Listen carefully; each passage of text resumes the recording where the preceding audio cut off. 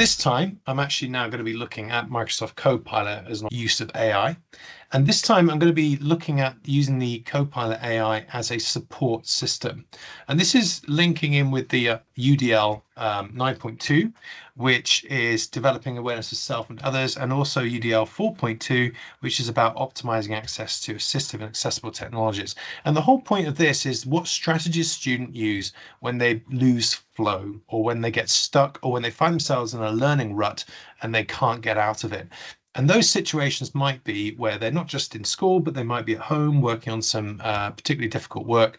How might the AI prod them or prompt them out of the situations that they're in order for them to develop their own interpretation, their own thoughts?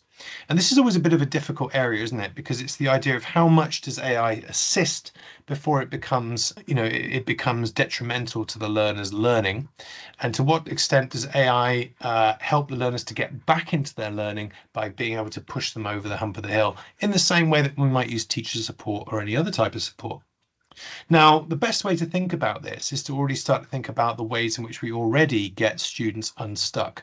So to what extent do we have things in the classroom? You could use 3Bs before me, Brain, Book, Buddy, Boss, whatever it is. Routines that you want students to use to stop them coming straight to you, but you want them to be able to self-support. And AI becomes one of those tools that are accessible to them. So I want to give you just a sense of what Copilot can do, but at no point am I saying that you would take Copilot to this length in terms of how it might support a student through an entire activity. So I'm just going to pop up Copilot on my screen here. We're going to start off with the Copilot space. Now, it's asking me to choose a conversation style, and this will actually come in quite importantly in a little while. So I tend to use balanced. Creative tends to go off on some quite incredible tangents sometimes, and precise can sometimes be too precise, if you like, or too concise for my needs. So I'm going to stick to the balanced chat mode here. I'm then going to give it a prompt. And what I want you to imagine is I've got a student who is studying drama, because there are lots of times when I've been doing AI sessions when drama never gets a look in, theatre arts never gets a look in. Everyone's using it for science, English, math, whatever, but no one's thought about how AI might be used to support a theatre arts student. In actual fact, AI has got an awful lot to offer in this particular scenario. So I want you to imagine that you're a student and you're studying the Crucible in your drama class, and they're looking at the scene, Act 2, Scene 1, which if you don't know the Crucible, it's set in Puritan USA, and it's during the witch trial, the Salem witch trials. It shows John Proctor, who is a farmer, and his wife Elizabeth. And John Proctor has had an affair of which the wife knows about, and their relationship is very tense at this point. And a lot happens in the scene, and they talk to each other about not a lot really, but there's a lot going on underneath the surface.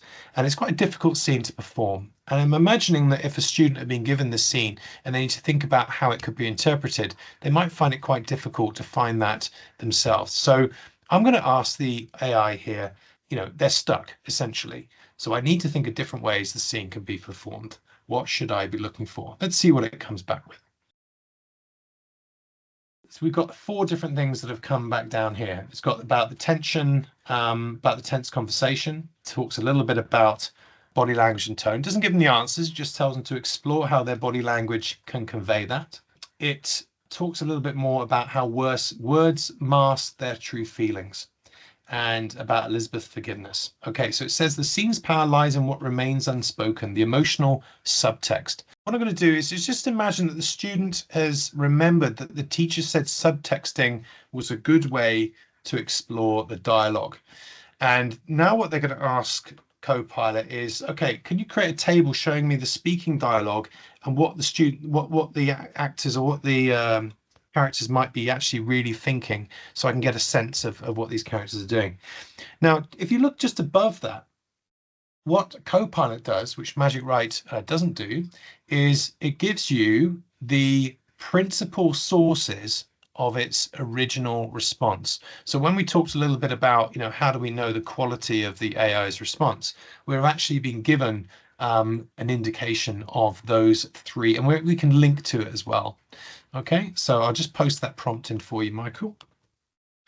Okay, so there you can see that the student is being very chatty with the AI here. It's sort of treating it as though it's a friend. but it's also prompting me to think about how I might follow up this question. So Copilot's already thinking, well, how might you want to explore this further?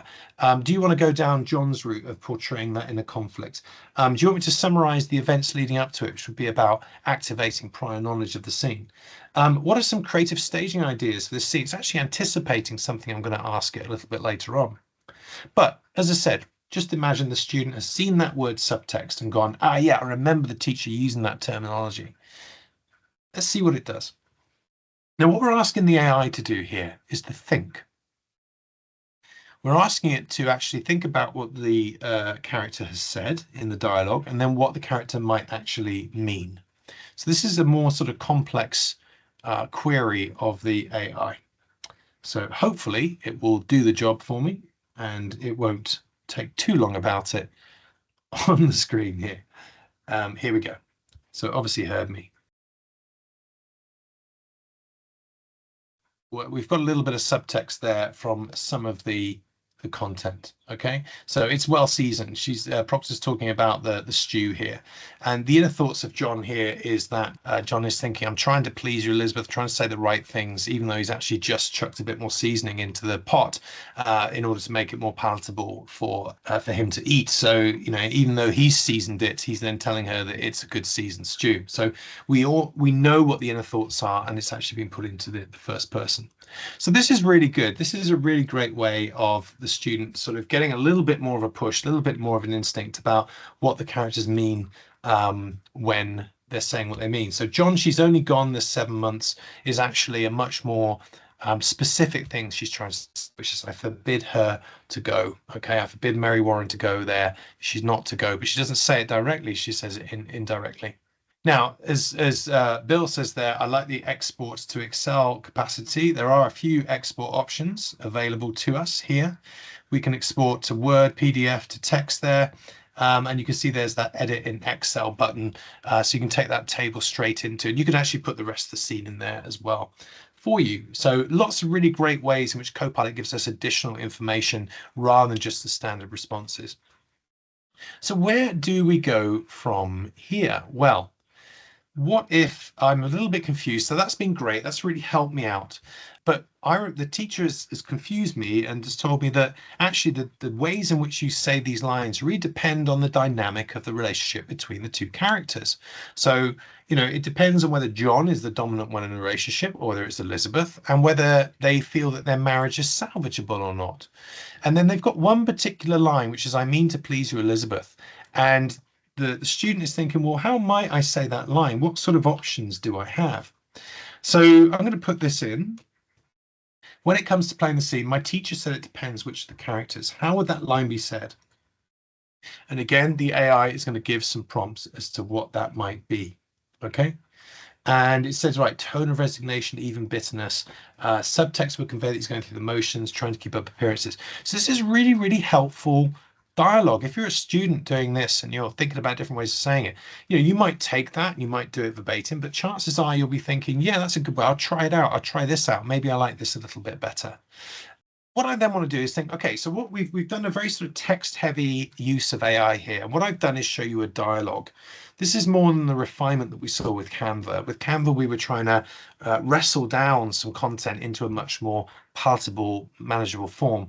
Now we're having more of a conversation with the AI. Now we're asking it for guidance. We're asking it for advice, but it can't do the drama work for us. We still have to say the lines. We still have to choose the way in which we act. What I'm then going to do is think about, okay, well, what sort of, I'll open it out. I mean, Dave, what would you want to know now if you were putting on a performance of the Crucible? What other sort of information might you need if you hadn't, for instance, studied anything to do with Puritanism or 17th century America? Well, we're going to need to stage it. Where everyone's going to stand, maybe what our backgrounds should look like. If there's some quick prompts I might be able to get as a young person, or have to go out and purchase some things, what would that look like? I think that would be the next thing. I mean, short of watching the video or watching a performance of it, but to start to be able to talk with my team and decide on what that's going to look like. Right, so you're going to be doing this in conjunction with other people. You're going to be doing group work. They've all got, different roles and things. So, I could think about, well, what about the prosemics here? So how might this sit? What might they look like?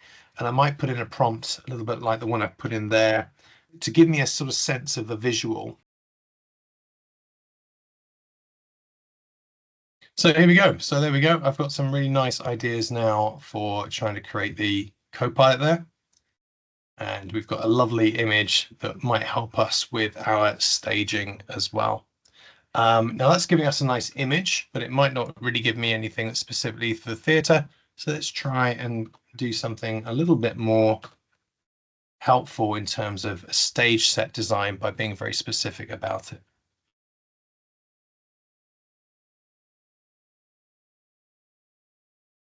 What I would like you to do is we're going to go back to our presentation, and I'd just like you to have a little think about this time. Not so much, you can try Copilot in terms of, but think about where your students most might naturally get stuck. What routines and strategies do they have access to that might help them get unstuck? And when, to what extent would you give students access to AI to get them unstuck? So what sort of points would you actually allow your students access to be able to use the AI to push them and move them forward, something like we've just discussed there? And how could you ensure students know how to get answers that are useful and accurate? So I'm just going to give you 5 minutes to have a little think about that and maybe put some of your thoughts into the chat as well. Okay, so I'll give you a little bit more than 5 minutes, but it's just to have a little bit explore of that one.